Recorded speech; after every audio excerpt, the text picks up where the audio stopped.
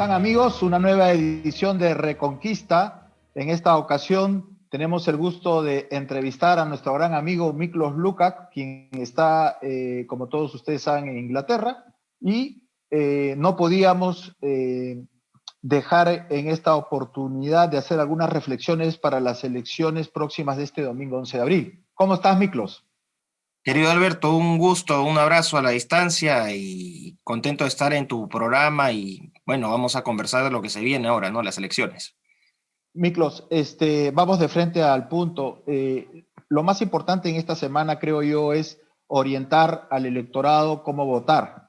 Hay varios elementos que considero yo que una persona debidamente informada y responsable debe saber, debe tener en cuenta para emitir su voto. Dentro de este contexto electoral, ¿cuál es tu opinión respecto a este asunto tan grave de Odebrecht que lógicamente consideramos que los candidatos, no solamente para la presidencia, sino también para el Congreso, han debido tenerlo en cuenta para sus propuestas? ¿Qué piensas tú sobre esto, sobre este punto concreto? Bueno, pienso que el único candidato que ha declarado abiertamente una lucha frontal contra Odebrecht y que ha prometido realmente acabar con esta empresa, ¿no? No con la gente que trabaja en esa empresa, ojo, porque ese es otro, Claro, claro. se le puede reubicar, porque ahí también están diciendo, ay, que no sabe lo que está pasando López Aliaga. Hay gente que está trabajando en esa empresa que no tiene la culpa de haber estado trabajando para una empresa corrupta porque no lo sabían.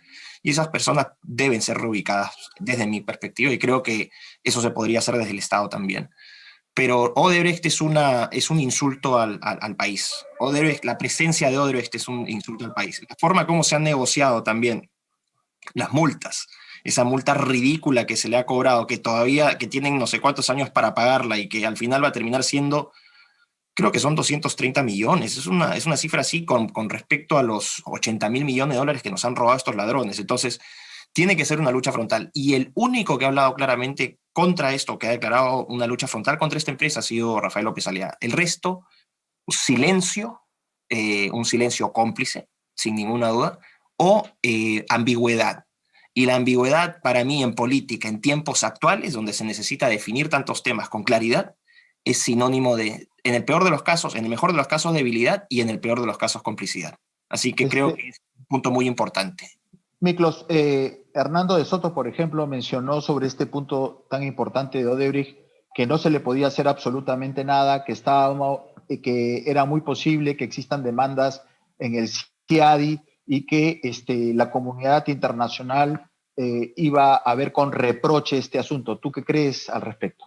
Bueno, sin ser un experto en derecho, ¿no? Existen ciertas cláusulas también por corrupción donde se inhabilitan todo este tipo de acciones que podría tomar una empresa corrupta contra un Estado soberano. Así que eso es falso. O sea, se impide la posibilidad de que Odebrecht pueda seguir maniobrando corruptamente para evitar esto. No, o sea, probablemente ellos tomen acciones, todavía tienen mucho dinero, pueden tomar acciones legales contra el Estado peruano, pero están predestinadas a fracasar porque los términos en los cuales estarían haciendo una contrademanda son totalmente insostenibles.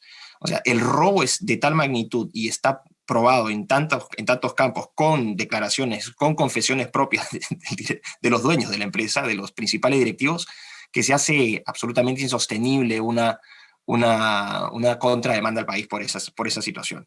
Hay que Existe, expulsarlos literalmente a patadas. existe bueno, es obvio que existe una vinculación entre Odebrecht y los grandes medios de prensa acá en el Perú. ¿Crees tú que la gente debe entender esta vinculación al momento de votar? Pero por supuesto, es un vínculo esencial, porque al final la política en el Perú, la política de la corrupción se mueve a través de incentivos y desincentivos. Entonces, el incentivo que durante todos estos años se ha generado, que empieza, de hecho, es Alejandro Toledo. Si empezamos a ver el mal accionar de Odebrecht, podremos trazarlo hasta el gobierno de Toledo, especialmente la interoceánica. Ahí empieza la lluvia de millones. Y no ha parado en todos los gobiernos que han sucesivos. Has tenido a Susana Villarán, totalmente involucrada con el caso Odebrecht, Ollanta Humala, ¿no? PPK, Vizcarra, y lo que es peor, que esto es porque la gente siempre ve a los que están en vitrina, pero aquí también hay medios de prensa, claramente, todo el grupo mediático corrupto que existe en estos momentos, ¿no? Y también tienes a ONGeros. Los ONGeros están pasando piola. Y mira, a mí me llama la atención algo. Son unos sabuesos para encontrarle hasta la última prueba o indicio, o si no la tienen, la inventan, a todos los candidatos de oposición, a sus intereses. Son increíbles. Pero un nivel de corrupción tan grande y pensar que no sabían lo que estaba ocurriendo, eso es absurdo, no se sostiene. La evidencia empírica es concluyente. No puede ser sabueso para unas y un completo imbécil para otras. Cuando hay un completo silencio, ¿no? O una deliberada intención de desinformar, que eso es lo que también ha ocurrido, o de dar la información por puchitos, siempre calculando qué tipo de pasos iba a dar más adelante, cuando tienes una fiscalía para evitar problemas legales, voy a decir, es completamente inoperante, porque todo este tiempo ha pasado y ni siquiera hay un solo condenado. O sea, ya a estas alturas, todo el tiempo que ha pasado y que no tengas ni siquiera un condenado me parece, por decirlo menos, sospechoso. Entonces, esa correlación es clave porque es el sistema de aceitamiento, de aceitada de dinero desde la parte de arriba y cómo iba goteando hacia los estamentos inferiores, ¿no? Desde los directivos más altos de las empresas de comunicación hasta los salarios que reciben estos lectores de teleprompter, que no son periodistas, sino que son activistas, porque claro, no les gusta aceptar que probablemente los 5.000, 10.000 o 15.000 dólares que cobren mensualmente han salido parte de ese dinero en tiempos pasados de esa corrupción, o también ahora que tanto les gusta, es este dinero de avisaje estatal. Claro, Miklos, ¿crees tú, nosotros hemos sostenido en otros foros que en realidad este tema de Odebrecht va más allá de Odebrecht como empresa, sino es una filosofía de vida de oligopolios que se han mantenido a lo largo de la existencia de la República? Es decir, desde la existencia de la independencia del Perú, estamos por celebrar 200 años, pero en opinión de muchos, entre los cuales me encuentro yo, consideramos que en realidad la verdadera independencia va a darse cuando exista el desprendimiento de estos oligopolios que se han mantenido a lo largo del tiempo poniendo y sacando presidentes. ¿Tú qué opinas? No es cierto, ¿no? Estos fenómenos no se configuraron recién en estos últimos 20, 30, 40, 50 años. Esto es parte de la estructura también de incentivos y desincentivos perversos que existen para ahondar en la corrupción. O sea, la concentración de poder en el Perú ha sido histórica. Tú puedes incluso irte hasta antes del periodo republicano. En la estructura del virreinato también tenías una jerarquía, un poder bastante vertical y centralizado. Entendible en cierta manera porque el Perú es bueno, el virreinato del Perú en ese entonces y el Perú, países muy difíciles de gobernar por las características principalmente en esos tiempos geográficas, ¿no? La desconexión que existía, por ejemplo, entre costa y sierra era increíble. Claro, claro, Ni hablar de selva, ¿no? Eso claro, eran claro. no contactados. Entonces, se entiende que haya una necesidad de centralizar y verticalizar el poder político. Pero el problema es que entramos nuevamente a la vida republicana con ese mismo patrón y de unas élites que en el Perú históricamente se han caracterizado por ser egoístas, muy Exacto, sociales y abiertamente exacto, predatorias. O sea, exacto. nunca existió un proyecto de república para las élites, ojo, y cuando hablo de élites no me refiero, o sea, respeto intelectual ninguno, porque son una manga de amebas, pero sí un poder económico muy fuerte. Nunca hubo un compromiso por desarrollar país como por ejemplo sí lo hubo con Chile. En Chile tú tenías una élite comprometida con el desarrollo nacional. No lo viste en Perú. Y eso, bueno, después puedes hablar incluso el fenómeno de las 30 familias, ¿no? Que también está documentado, o sea, cómo el poder económico está concentrado en 30 familias, en la época del guano, en la época del caucho, la minería. O sea, históricamente hemos sido un país donde unos pocos han concentrado la riqueza que le pertenece a todos. O sea, aquí la gente podría decir, pero uno está hablando como socialista. No se trata de eso. No, no, absolutamente. Acá hay que dejar en claro una situación. Yo estoy a favor de la empresa privada, me parece fantástica la empresa privada porque genera empleo, es fuente de dinamismo, aumenta el consumo doméstico, es fuente en ciertos casos de innovación, de empleo, etc. Tienes una serie de beneficios, tributan, ¿no? Pero cuando ese poder económico tiene la capacidad de influir sobre decisiones del poder político, a través de donaciones, lo mismo, el fenómeno que estás viendo ahora, por ejemplo, a nivel global con la filantropía, ¿no? Donde no puedes, donde tú no ocupas el poder, pero de alguna manera lo privatizas. Que ocurrió también en el siglo XIX en el Perú, o sea, esa sucesión de gobiernos militares hasta el gobierno de Pardo, eran presidentes militares, pero sometidos al poder del dinero, en muchos casos, de privados. Entonces, ese es el problema, cuando ese sector privado no tiene contrapesos y cuando se comporta con esta tendencia predatoria realmente egoísta que han tenido siempre. Y eso obviamente ha calado hondo, es un discurso que hasta cierto punto es legítimo de la izquierda, ¿no? De decir que había una concentración de riqueza en manos de una derecha mercantilista, eso tiene parte de cierto. No es la totalidad, pero es parte Ok. de cierto. Ahora, Miklos, dentro del contexto de lo que tú estás hablando y dentro del cual me encajo perfectamente, ¿crees tú que cala el pensamiento de López Aliaga, por ejemplo, cuando él viene y dice voy a acabar con esas tasas de interés de los bancos? En realidad lo que él está es enfrentándose al sistema financiero peruano, que es realmente absurdo si lo tomas en consideración a los sistemas financieros latinoamericanos como referentes próximos o mundiales, donde la tasa de interés, pues, dentro de una verdadera competencia, no pasan de 2, 3, 4, 5%. Acá tú estás viendo tasas de interés por tarjeta de crédito de 100%, lo que evidentemente es estúpido y aniquila a cualquier persona y la mantiene subyugada en beneficio de unos cuantos, que sigue siendo esta gente privilegiada que vive permanentemente de la gente común y corriente. Entonces, se entiende, por lo tanto, cómo el pensamiento de López Aliaga en realidad podemos llamarlo de alguna manera contrarrevolucionario. O sea, sí, mira, el caso, nuevamente, el caso de los bancos, ¿no? En Perú tienes una estructura oligopólica también a nivel de banca y sector de banca y finanzas. Y no estoy en contra, nuevamente, de que operen los bancos y que tengan rentabilidad. De otra manera no podrían operar. De alguna forma, la tasa de interés que cobras es una estimación del riesgo de no pago. Y es cierto que en el Perú las moras y los no pagos, las tasas de no pagantes son muy altas. Pero Maestro, te demoras en el pago de una tarjeta de crédito un día y te cobran una penalidad de 100 soles. Eso es un crimen.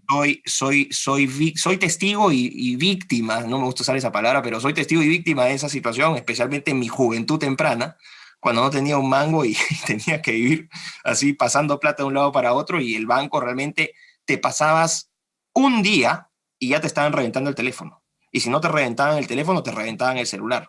Entonces, entiendo hasta cierto punto, ¿no? Esa necesidad de cobrar intereses altos por el riesgo que existe de no pago. Pero una cosa es ¿no? incorporar ese riesgo a la tasa de interés y otra cosa es ya la usura, porque lo que ves ahora es literalmente usura. No se condice ni siquiera con la tasa de inflación, no se condice tampoco con, vamos a decir, el nivel de consumo doméstico, la capacidad que tiene ahora el peruano o sea, bueno, no ahora, pero antes, antes de la pandemia, el peruano tenía dinero en el bolsillo, podía consumir, de hecho lo hacía. Entonces, eso no se vio reflejado en la disminución de las tasas de interés.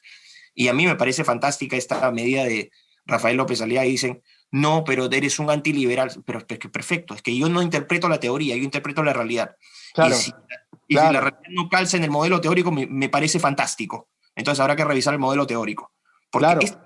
es una disyuntiva estúpida, o sea, como que no calza en los cánones ¿no? del dogma liberal de que no puede intervenir el Estado. No, es que precisamente para eso está el Estado. Y precisamente para eso Exacto, está el mercado exacto. también y la sociedad, para poner contrapesos al Estado. O sea, existen diferentes estamentos para ponerse checks and balances o contrapesos institucionales, ¿no? Pueden ser instituciones formales a través de reglas, leyes, normas, etcétera, o a través de instituciones informales, ¿no? Tradiciones, cultura, valores, etcétera. La expresión popular, si es que no encuentras si es que no encuentras respuesta en el arreglo institucional, entonces sales y protestas. ¿Por qué hay tanta protesta? Bueno, porque hay mucho descontento, también eso es cierto. Que también es cierto que la izquierda aproveche políticamente este descontento para llevar agua a su molino. Esa es otra cosa, pero no se puede tapar el sol, ¿no? Con un dedo y decir, no, todo está fantástico y solamente es discurso de rojos. No es discurso de rojos. La usura está mal, seas rojo, seas azul o seas amarillo. Ese es el punto. Claro, totalmente de acuerdo con lo que tú estás mencionando y lógicamente esto de acá cala en la población y lógicamente el sentido común y la ley natural hacen que la gente se dé cuenta perfectamente que lo que está diciendo López Aliaga es algo completamente valedero y por lo tanto, en consecuencia, tienes que apostar y ver y darte cuenta de que existe una cúpula de poder que permanece en el tiempo y que no va a desaparecer y que va a hacer todo lo posible para evitar de perder sus privilegios, ¿no? Y que ya desde el punto de vista católico, que es lo que el enfoque que yo doy, como tú sabes, es pues completamente inmoral, completamente inmoral. Vayamos a otros puntos, Miklos, porque quiero aprovechar el máximo de tiempo, quiero aprovechar esta oportunidad para poder hacerte 50.000 preguntas que son realmente bastante importantes. ¿Piensas tú, o cómo ves tú la posibilidad de un López Aliaga presidente y un parlamento fragmentado? ¿Eso sería un riesgo, eh, una traba para un feliz gobierno? No, pero por supuesto, y hay que dejar en claro que no solamente es el riesgo para López Aliaga, cualquiera que salga va a enfrentar un Congreso fragmentado. Ahora, no sé si, o sea, dudo mucho que las encuestadoras estén, no es que dude mucho, no le creo nada a la basura de encuestadoras que tenemos en el Perú, pero se está creando una narrativa para validar esta hiperfragmentación. O sea, de que hay fragmentación, la hay, pero una cosa es Claro. fragmentación y otra cosa es la hiperfragmentación, que yo creo que está siendo impulsada por una narrativa política que se trata de validar a través de las encuestadoras y que la prensa trata de colgarse de esta historia, ¿no? Entonces, sí, el hecho de que, por ejemplo, si Rafael llega a ser presidente, se va a tener que enfrentar con un Congreso fraccionado. Yo creo que aliados naturales, no sé si naturales, pero los aliados que podría encontrar son, dentro de todos, Fuerza Popular, no con todos los congresistas, porque hay varios troyanos ahí metidos, y eso es Claro, los puntos que, topos, exactamente, ese es uno de los puntos que me llevó después de tantos años, ¿no? Porque yo siempre apoyaba al fujimorismo como muchos. exacto, de ya no, en esta ocasión no. Que ojo, quiero aclarar una cosa, porque han dicho que soy oportunista. La vez pasada se ofendieron no sé cuántos. Oye, yo vengo apoyando a Rafael López Aliaga públicamente desde enero del año pasado, cuando no lo conocía nadie a Rafael. Sí, a Entonces, mí me consta, a mí me ¿de qué consta. tradición me están hablando? ¿De qué tradición me están hablando? Y no es que me esté poniendo yo al centro del interés, sino que mi caso puede representar el caso de miles de fujimoristas que se sintieron representados en algún momento por Keiko, porque al principio por convicción y después porque no había otra alternativa, porque esa es la realidad.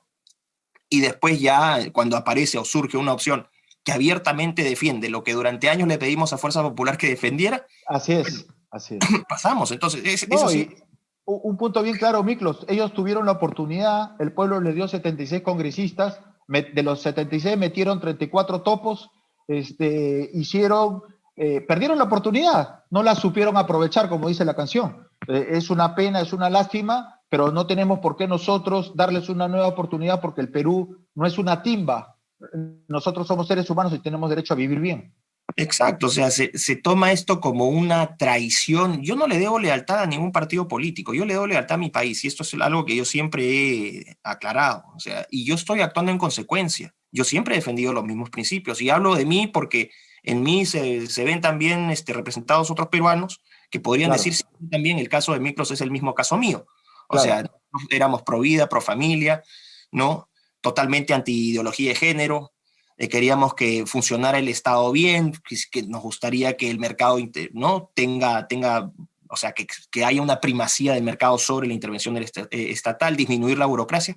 Queríamos todo eso, pero en ciertos puntos sí dio el discurso, sobre todo en la parte económica, pero en la parte social, cultural, que ahora, a diferencia de otras elecciones, y por eso es que Rafael tiene gran apoyo, ahora sí es un centro, son temas centrales o neurálgicos en la agenda, que ya no todo es economía, que ahora sí al padre de familia le importa que su hijo no sea adoctrinado en el colegio, ¿no? Es impresionante lo que ha sucedido, ¿no? En ese punto. Exactamente. O sea, ya, estos eran temas que antes la prensa y las encuestadoras corruptas trataban de marginalizar. Uy, o si no inventaban, ¿no? El apoyo al aborto está aumentando gradualmente y no había ese correlato en la calle. Tú hablabas con No, todo exacto. y decías, esto no es cierto, ¿no? E incluso se hicieron algunas encuestas con encuestadoras extranjeras, me consta porque yo he oído estudios de esos, donde el rechazo al aborto era de casi 90%. y estos delincuentes ponían como que había casi 40% a favor del aborto. Si es una cosa, o sea, el nivel de manipulación de cifras es brutal. ¿Qué es lo que está ocurriendo ahora también con esta... Sobre Con esos este... puntos, es importante mencionar la encuesta que ha hecho CTI hace 2, 3 días que acabo de ver sobre el aborto, 76% en contra.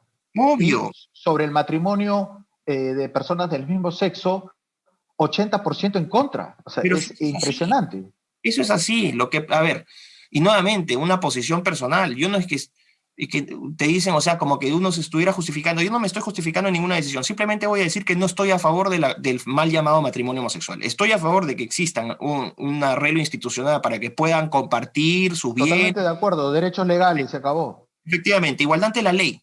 Punto. Así es, así es. Ya no necesitan Ah, más, porque si no se cree, se generan categoría de privilegiados.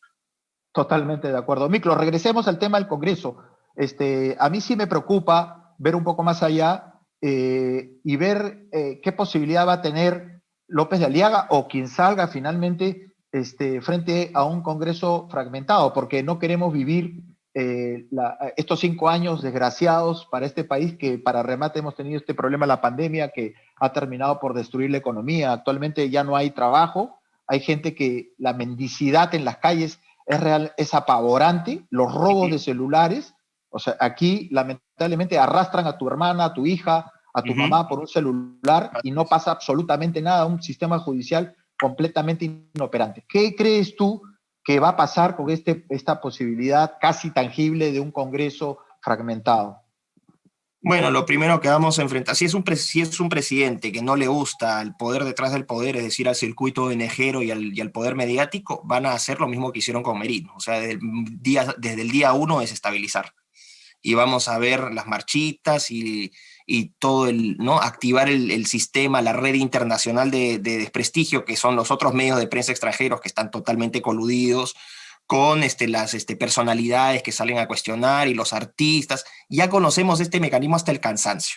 Y la Pero generación del ahí, bicentenario que no existe y todas esas creaciones que hacen pensar como si tuviese vida algo que en realidad es creado en estos centros de pensamiento, ¿no? es un espejismo, Alberto. O sea, siempre digo, toda esta idea de que, no sé, que el Perú estaba a favor de Vizcarra, mentira. La inmensa mayoría detestaba y detesta a Vizcarra, que todos están apoyando a Sagasti, que el lector de poemas. La mayoría lo repudia. Es tal el repudio que incluso estas encuestadoras ya tienen que ponerlo en 30 al 35% de aprobación, pero yo te puedo garantizar, podría mis manos al fuego, que este sujeto tiene entre 10 y 15% de aprobación si es que estamos teniendo suerte. No más. No, en serio.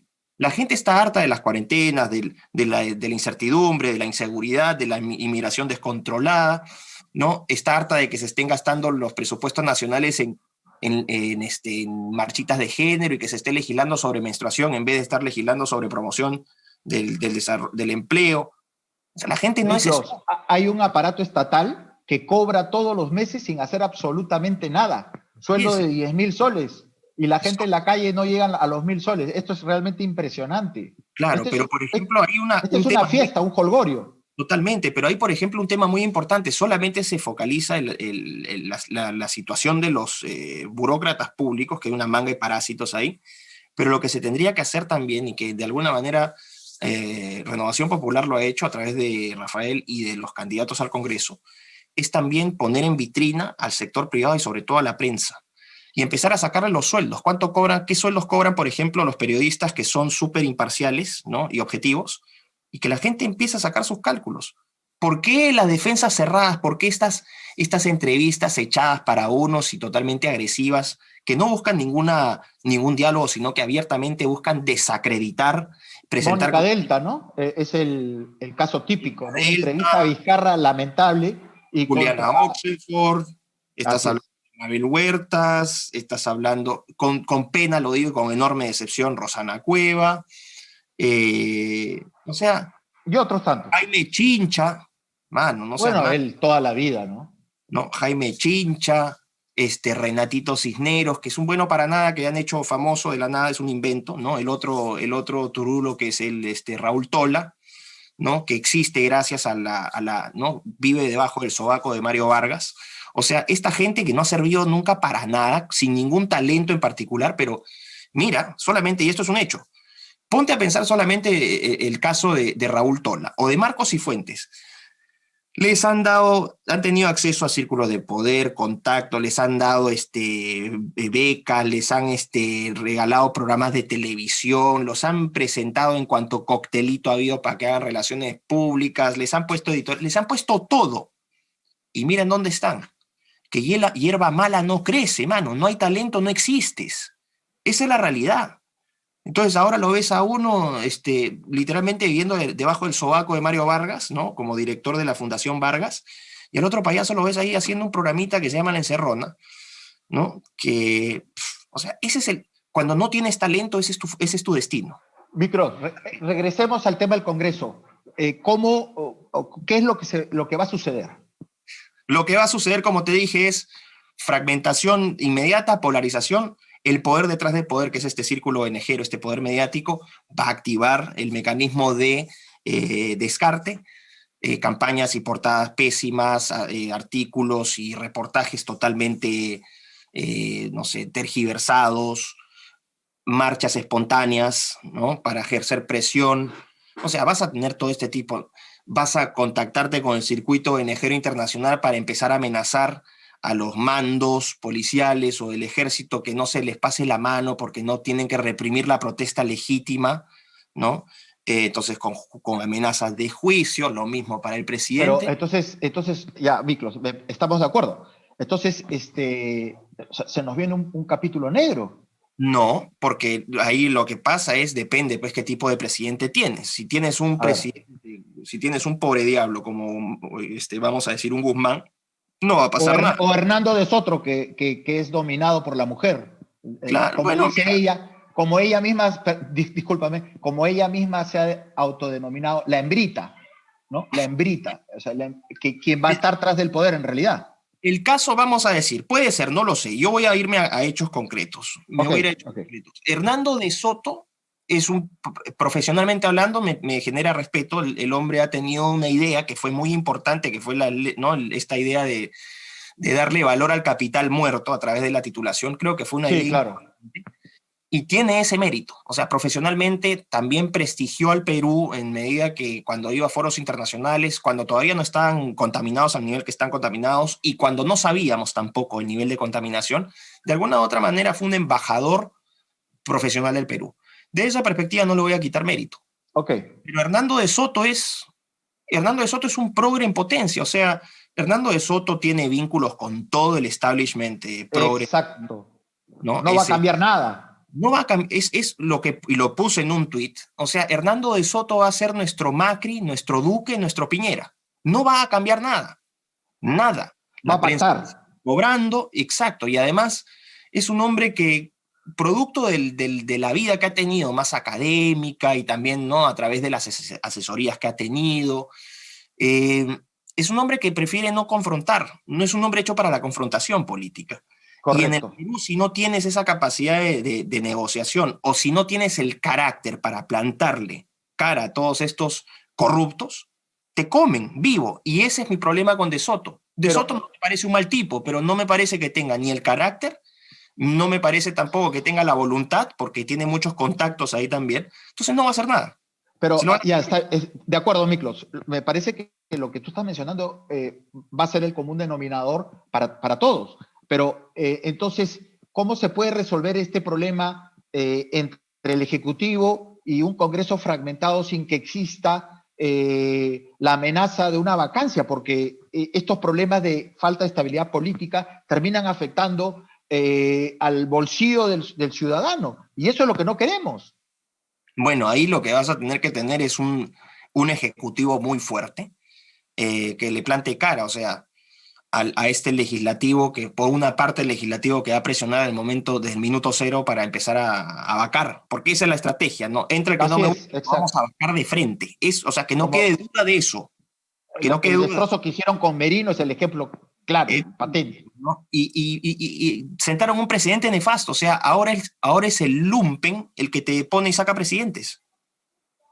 O sea, el lumpen como excusa, porque ni siquiera... Sí, claro. sujetos que salieron a marchar en realidad tienen un poder minúsculo, porque si salen a marchar contra el presidente que con los corruptos han puesto, ahí sí hay represión, te lo aseguro. Sí, no me cabe duda. Iban a pedir inmediatamente la renuncia Exacto. Y ahí lo que del tiene que presidente. haber, entonces lo que haces es, como estrategia política, y esto yo sé que Rafael López Aliaga lo tiene clarísimo, no hablas con con el payaso, sino hablas con el dueño del circo de frente. Y de frente le apuntas, ¿no? Le apuntas la pistola a los corruptos detrás del poder. A esos hay que agarrarlos. Y eso sí puedes hacer muchas cosas desde el Ejecutivo, ¿no? Muchas cosas desde el Ejecutivo. Ahora, Entonces, pero tienes que tener un sistema judicial que esté compenetrado con lo que tú estás diciendo, porque debemos entender dentro de una recta separación de poderes, el poder coercitivo del Ejecutivo termina finalmente reposando dentro del Poder Judicial. Nicolás. totalmente, pero ahí hay un fenómeno que no se ha tomado en consideración. Así como hay infiltración en el Poder Judicial de toda esta progresía corrupta, también hay un montón de jueces, de buenos jueces, ¿no? De fiscales, vocales, etcétera, que están silenciados y que no hablan por temor. Ok, ok, ok. Yo te puedo asegurar que entra un presidente con la voluntad política para atacar eso y varios van a empezar a hablar. Y ahí la cosa cambia. Y ahí la cosa cambia, ¿no? Además, será un medio pequeñito, pero tienes Canal 7. ¿Mm? Ok. Tienes, o sea, tiene que ser una... Y ojo, esto que también quede claro, ahora las redes sociales, a diferencia del 2011, donde eran marginales, y el 2016, donde eran un poco más fuertes, pero no te decidían nada, en estas elecciones las redes sociales tienen incluso más peso que los medios de prensa. Se genera mucha más interacción ahora en YouTube, ¿no? En plataformas virtuales que en los propios canales de televisión. Eso es un Sí, es hecho. verdad, es una forma de independencia, libertad, Ya ha para poder pasado. manifestar pensamientos correctos, buenos, ¿no? Claro, incluso con la censura de estas gigantes que están también asociadas, o sea, que el hecho de que la República sea el fact-checker de Facebook y ya te dice de qué línea están estas líneas, estas empresas operando, pero ni aún así eh, logran, debido al volumen, debido a la indignación y a la rabia contenida por todos estos años de prepotencia y de abuso, vistiéndose estos criminales como demócratas, o sea, ya la gente sabe de quiénes se trata, o sea, te lo voy a poner así. Pongamos un sujeto, no voy a dar nombres para evitar problemas, pero un sujeto que era el mandamás de una encuestadora, antes salía a la calle en los restaurantes y todo el mundo miraba, uy, mira, ahí está el jefe de esta encuestadora que es súper prestigiosa, sí, no es un gran profesional. Ahora el tipo se siente en un restaurante y estoy seguro que recibe el repudio abierto o silencioso de mucha gente porque ya saben de qué pata cojean estas personas. Esa es una victoria muy, muy grande que hemos tenido, Sí, no cabe duda, es una delicia. Es ¿no? una Esa delicia gente verlo. está repudiada. Entonces disfruten su dinero, disfruten su poder, pero sepan que son repudiados y la gente se los está haciendo saber.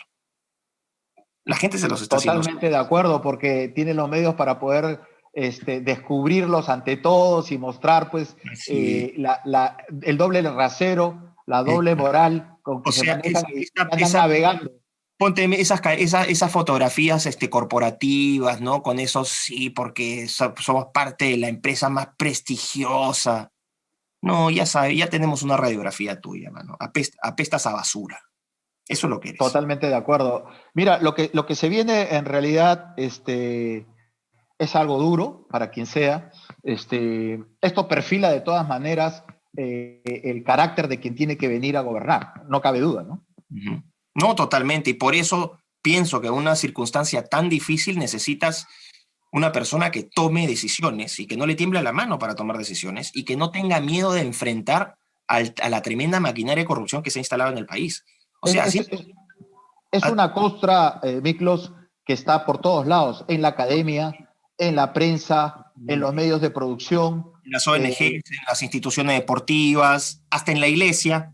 Bueno, has visto tú el comunicado, Miklos, el día de hoy, el CEAS, que es el Centro Episcopal para la Ayuda Social, ha sacado un comunicado que realmente vergonzoso, porque establecen y dicen que no hay un voto católico, que la Iglesia Católica no apoya a nadie, que la Iglesia Católica solamente recomienda o da valores morales de manera general y abstracta. Esto es un reproche a los comunicados que ha hecho el arzobispado de Moyobamba y de Arequipa completamente claros orientando a los católicos cómo debemos votar. Es realmente triste, lamentable que este grado, ya del punto de vista católico, de apostasía por parte de los pastores, ya es realmente manifiesto. Y lo único que falta que digan con honestidad moral, no voten por López Aliaga, es lo único que les falta, ¿no? Es realmente triste, o sea, por todos lados vamos a ver que hay traición, hay inconsecuencia con lo que dicen ser. En ese sentido, yo te comento, y discúlpame que te quite 2 minutos o un minuto, Arana es mucho más valedero, porque él se da cuenta de que no tiene sentido seguir dentro de la iglesia y se retira, ¿no? Se retira porque pues asume lo que en conciencia considera que es completamente válido y que es diferente a lo que dice la Iglesia Católica, ¿no? En cambio, estos que se llaman pastores, que finalmente siguen metidos dentro de la iglesia y hacen parte de esta costra de este oligopolio que si bien que no tienen el disfrute del dinero que lo tienen los otros, sí viven contentos de recibir sus migajas, ¿no? Es realmente increíble. Lo que pasa es que, Alberto, lo que pasa es que aquí hay una confusión. La gente cree que solamente la corrupción y los beneficios de la corrupción se expresan en dinero. Pero si es que te invitan a 1000 coctelitos, si te pagan pasajes de avión, o si te invitan a charlas, si te presentan como un genio, o sea, no necesitas solamente que te pasen dinero, con que te inviten a comer todos los días. Aparecer en una foto en la revista Cosas. Exacto, te recojan en los carros más cómodos. O sea, no necesitas literalmente tener tanto dinero. O sea, al final la buena vida te la vas a dar igual. El concepto es, el fondo es que obtienen una buena vida, ¿no? Una vida que en otras circunstancias jamás hubiesen conseguido. Miklos, terminando ya, te estoy robando bastante tiempo, de lo cual yo estoy completamente No, hermano, agradecido con por esta gusto. oportunidad. Con los amigos siempre yo todo el tiempo que sea necesario. Gracias. Miklos, hay un hecho que en este momento está llorando la izquierda, sobre todo la caviarada gobernada, manejada por Guzmán, que está totalmente descalabrado, está totalmente caído, es un zombi viviente, políticamente hablando, porque en realidad el electorado le está dando una respuesta a la soberbia con la que siempre se han mostrado. Vamos a tener aparentemente candidatos de derecha este domingo en la segunda vuelta. ¿Crees tú que esta posibilidad de tener candidatos de derecha de alguna manera refleja el fondo verdadero del electorado peruano? A ver, esa es una pregunta viene con truco porque, claro, tendríamos a pensar que efectivamente los candidatos de derecha van a pasar.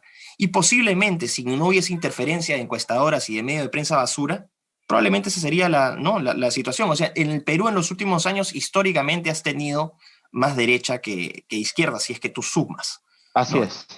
Por ejemplo, vamos a ver, a mí se me hacían inverosímiles las encuestas de este proceso electoral, las primeras, porque cuando tú sumabas, por ejemplo, el porcentaje de Hernando de Soto, de Keiko Fujimori y de Rafael López Aliaga, no te llegaba ni a 18 o 20%. Y tú decías, esto apesta a basura. Esto no es posible. O sea, acá están manipulando. Y ya recién, en las últimas, vamos a decir, el último mes empezaron como la palabrita que le gusta, sincerar, ¿no? A sincerar las cifras. Y ahí empezaste a ver que cuando sumabas esos 3 porcentajes ya te da más de 40, 45%. Ya, eso está un poco más potable. Ahí vas a encontrar a estos derechistas confundidos, esos libertrolos, ¿no? En Victoria Nacional, uno que otro en APP. O sea, son esos que no saben dónde están parados y votan por quién sabe por qué razón. Bueno.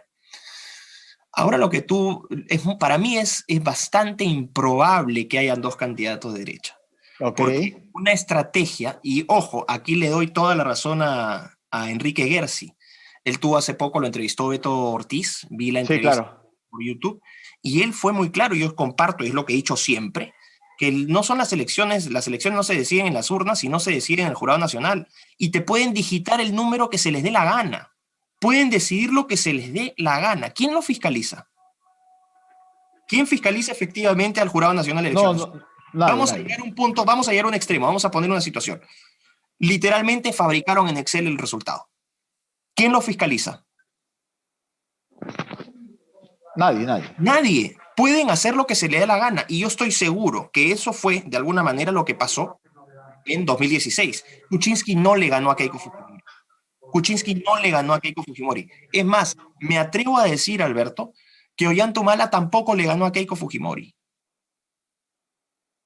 A ese nivel. Sino que esos son resultados que se cocinaron fuera de las urnas. Estoy casi, o sea, vamos a ponerlo en condicional ya, para que no digan que uno pueda afirmar. Según mi opinión, podría haber sido de esa manera. ¿Ok? Vamos a ponerlo de esa manera. Pero lo mismo puede pasar ahora. Entonces, el problema es que pasen dos candidatos de derecha es que no pueden generar la polarización que es indispensable para asegurar sus intereses. Entonces, ¿qué podría pasar? Yo creo que el tapado de la progresía en este momento no es ni siquiera Lescano, el tapado es de Soto. Ese es el candidato tapado del surderío progre y del progresismo liberal. El tapado es de Soto. Tiene todas las características. Es prestigioso, como les gusta a estos payasos, que tenga prestigio, ¿no? Habla bien, no tiene mucho carácter, así que básicamente lo puedes manipular. Ya está en una etapa de su vida donde simplemente sería un galardón en su CV, pero el hombre en el día a día no serían otros los que tomarían decisiones, muchas decisiones por él. Se concentraría en la parte económica, entonces tiene este discursito económico, amigable con el tema de la derecha, del libre mercado, que no solamente le gusta a los progres liberales del Perú, tipo el comercio, ¿no? Perú 21, sino que también les encantan los rojos reciclados, que ahora son progres, porque tragan del capitalismo y se dan la media vida gracias al capitalismo. O sea, ya les quedó gustando el iPhone, les quedó gustando Astrid y Gastón, o sea, esa gente encantada con ese discurso. Entonces, De Soto para mí es el gran tapado. ¿Qué puede pasar? Realmente decir quiénes van a pasar es un acto de, no sé, pues es ver una bolita de cristal. Quien debería pasar sin ninguna duda. De todos, el único que no me cabe la menor duda que tiene el volumen para pasar es Rafael López Aliaga. Y que no pase a la segunda vuelta, sí es, para mí es fraude flagrante. Y no porque uno esté diciendo, ay, porque es tu candidato. No, es lo mismo que repetí cuando lo que pasó con Keiko en las dos elecciones anteriores. O sea, no estoy cambiando para nada mi discurso. Robaron las elecciones. Rafael López Aliaga tiene sus mítines, anda a ver los mítines que ha tenido, los videos que ha subido, masivos, se fue al norte. Históricamente el norte del Perú ha sido un bastión fujimorista y Keiko sigue teniendo un gran respaldo ahí en el norte, eso es un hecho. Pero te lo digo honestamente, los videos de Rafael López Aliaga en el norte eran mayores que los de Keiko.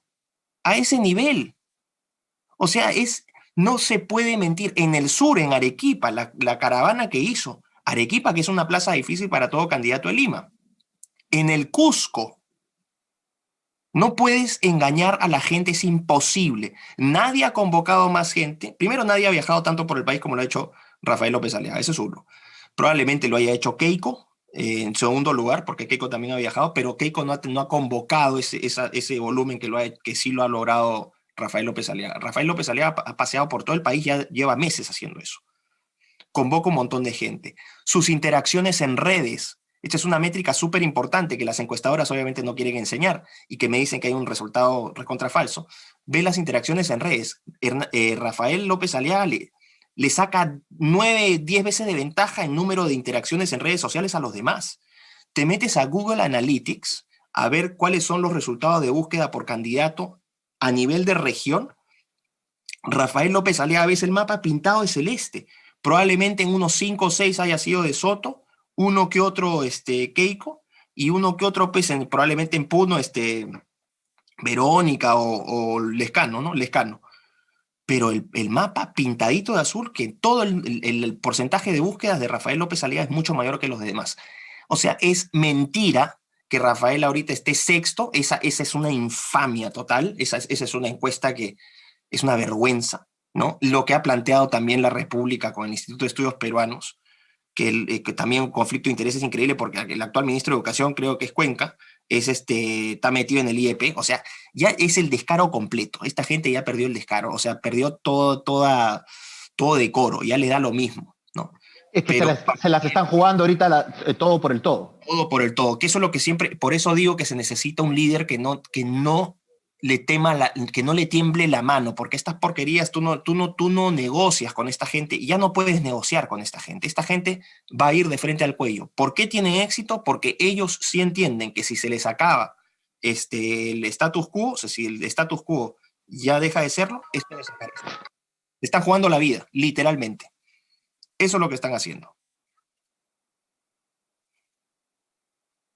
Ya para terminar, porque no quiero quitarte tu tiempo, esto ha sido una entrevista realmente muy placentera para mí. ¿Crees tú que Keiko tenga el fuelle para hacer lo que tú dices? Mira, a mí me da pena porque, aparte de eso, obviamente, he recibido una serie de ataques de... Sí, lo he visto en las redes. Los entiendo, están dolidos, ¿no? Que no me echen la culpa a mí. Si, por qué recién me prestan atención si yo les estuve avisando esto durante 6, 7 años? O sea, me parece que no es culpa mía, es culpa de ustedes que no me escucharon. Pero Keiko es una mujer joven todavía. Me gusta de Keiko que es una mujer que tiene mucho carisma, es muy querida por la gente. Sí, es verdad. Cierto, y es una mujer carismática, es una mujer que lo ha tenido muy difícil su situación familiar, que eso es algo que eso es algo que no se dice. O sea, tener al presidente en la cárcel y vivir una situación así, los pleitos con Kenji, o sea, es una situación familiar muy complicada que obviamente condiciona tus decisiones y tus actitudes personales. Es muy desconfiada por esta razón y yo también lo entiendo, ¿no? Porque alguien que vive una vida tan difícil tiene que asumir lamentablemente la vida la endurece. Pero creo que tiene todavía, o sea, descartar a Keiko a los 45 años de edad políticamente me parece absurdo.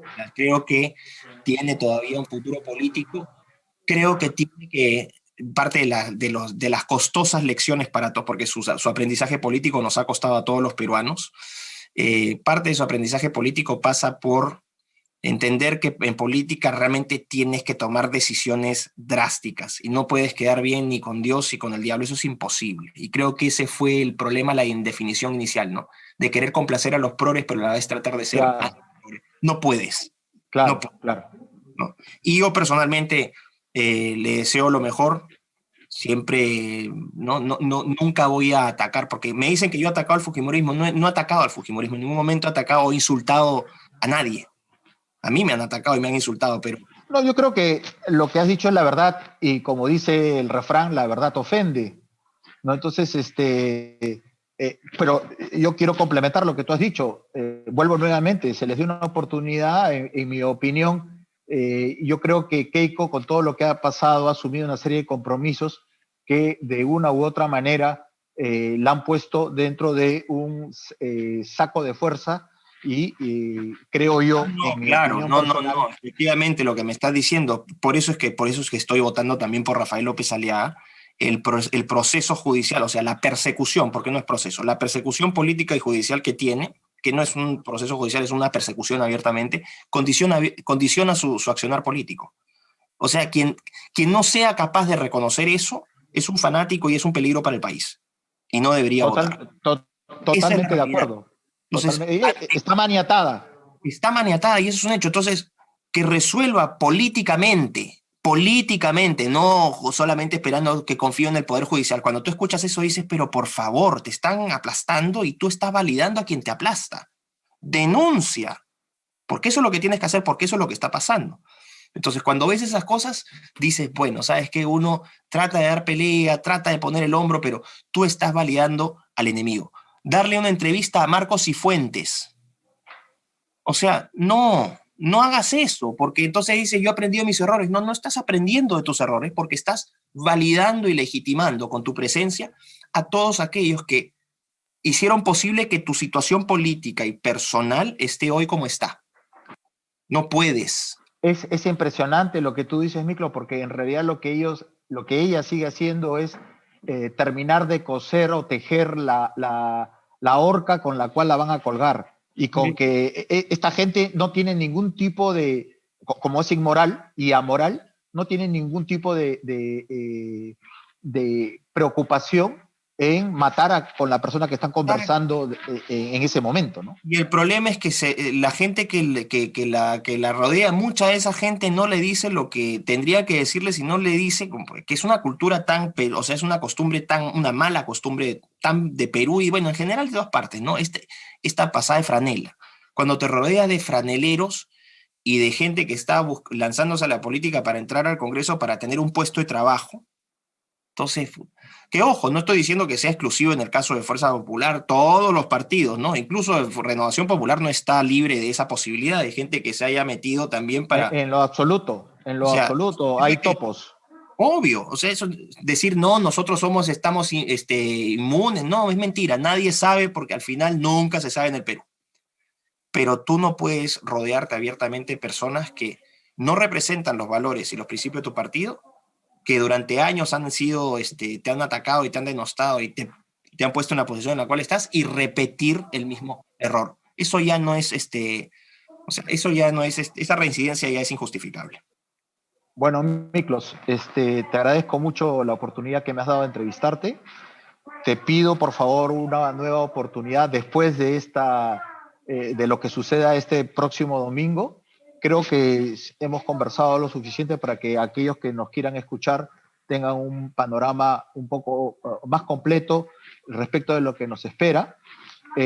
Por otro lado, espero que regreses prontamente a nuestro país en otras condiciones, no solamente como académico, investigador, sino también como un gran valor político, porque es necesario que la renovación no solamente sea en las izquierdas, sino también en las derechas, y sobre todo una persona que tiene una gran formación como la tuya. Espero que no sea yo el único que tenga este interés. Te agradezco mucho, Miklos. No sé si quieres cerrar esta entrevista No, con Alberto, algún... solamente, si me permites, un jalón de orejas público a ti, ¿qué te hago? ¿Por qué? Porque sigo siendo tu amigo, hermano. No me trates como divo.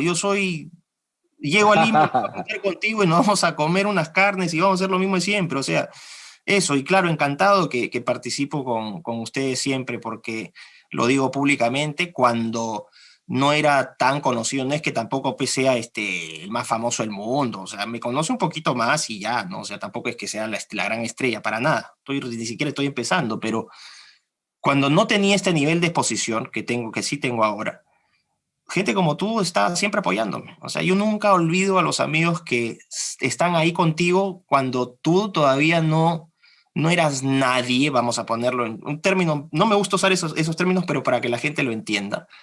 ¿Por qué? Porque confiaban desde antes en tu capacidad y en tu forma de ser, y eso es lo que yo valoro siempre. Yo soy muy leal con los amigos que me han demostrado ese apoyo siempre, con mi situación actual o antes. Así que tú has estado en ese grupo, yo sé quiénes son mis amigos. Gracias, gracias.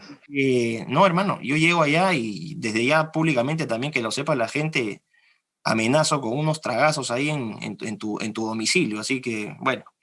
¿Ah? Gracias, Miklos. Bueno, ese ha sido Miklos Lukács, un buen amigo nuestro, desde Inglaterra. Ya creo que todo está dicho.